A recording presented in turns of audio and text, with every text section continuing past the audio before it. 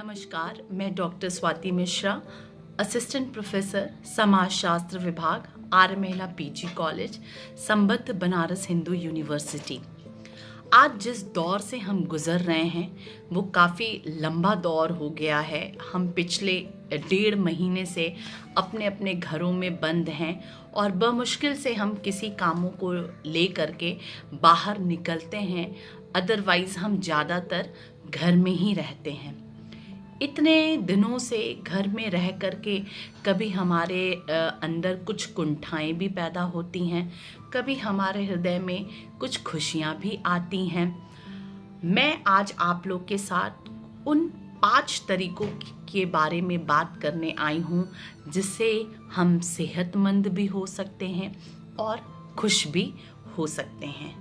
उन 5 बातों में सबसे महत्वपूर्ण बात है कि हम अपने भोजन की शुद्धता बनाए रखें। भोजन की शुद्धता किस रूप में होगी ये हमें नहीं पता, क्योंकि अगर हम भोजन बना रहे हैं तो हम अपने मस्तिष्क के स्तर को जान रहे हैं, पर अगर हम भोजन किसी के द्वारा बनाया गया ग्रहण कर रहे हैं तो हमें नहीं पता कि वो किस मस्तिष्क से, किन भावनाओं से उस भोजन को बनाया होगा।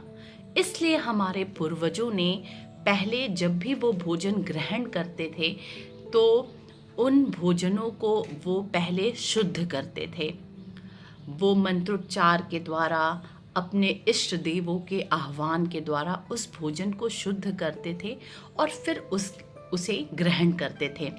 हमें भी अब अपने कार्यों में इन कार्यों को लाना होगा। हम जब भी भोजन ग्रहण करें, पहला तो कोशिश करें कि हम शुद्ध भोजन ग्रहण करें, और अगर हमें शुद्धता नहीं पता है तो हम भोजन करने से पूर्व एक मन से उस भोजन को, अपने इष्ट देव को, अपने परमात्मा को स्वीकार करने को कहे। और अगर इस प्रकार का भोजन हम ग्रहण करते हैं तो वाकई हमारे मन की शुद्धता, हमारे हृदय की शुद्धता बनी होती है।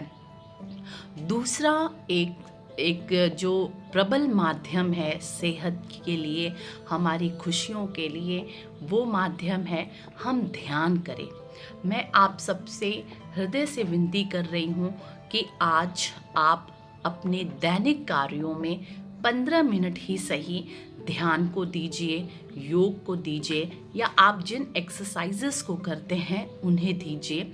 उन एक्सरसाइज के बाद आप 10 मिनट ध्यान लगाइए। ध्यान से आप उन राह की तरफ आगे बढ़ेंगे जिससे आपको मन की शांति मिलेगी। क्योंकि यह एक बहुत शक्तिशाली अभ्यास है।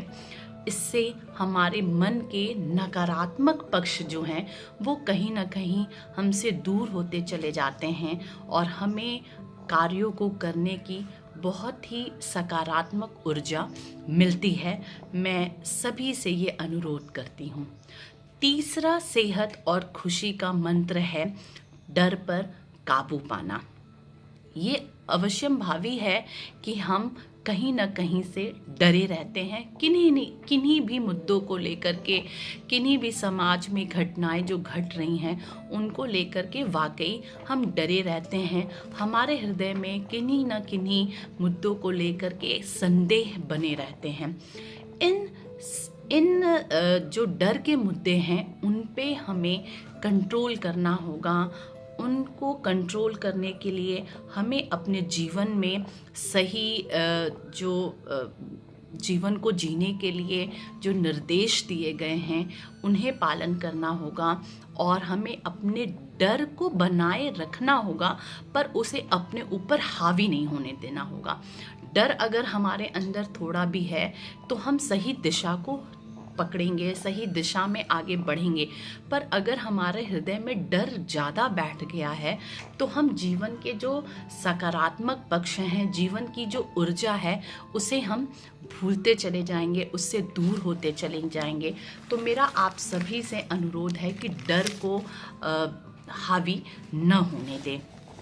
आगे हमारे अंदर एक सफल अभ्यास ये होना चाहिए कि हम हर किसी को माफ़ करें। देखिए, मनुष्य होने के नाते हमें सभी से कुछ न कुछ जो होता है, कुछ न कुछ हमें शिकायत हमारे हृदय में जन्म लेती है। ये नेचुरल प्रोसेस है कि हम कभी किसी से नाराज़ हो जाते हैं, कभी किसी से खुश हो जाते हैं।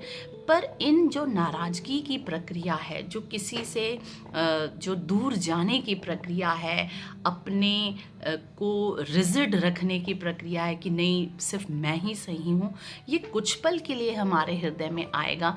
पर उस कुछ पल को आगे बढ़ाते हुए हमारे अंदर यह साहस होना चाहिए, हमारे अंदर यह उदारता होनी चाहिए कि हम दूसरों को माफ़ भी कर सके। एक पल के लिए हम किसी से नाराज़ होते हैं, पर आप अपनी नाराज़गी को, क्या कारण है नाराज़गी की, आप उन्हें बताएं और फिर वहीं पर बात ख़त्म करके आप आगे बढ़े। किसी से बहुत लंबी नाराज़गी मत रखिए अपने जीवन में।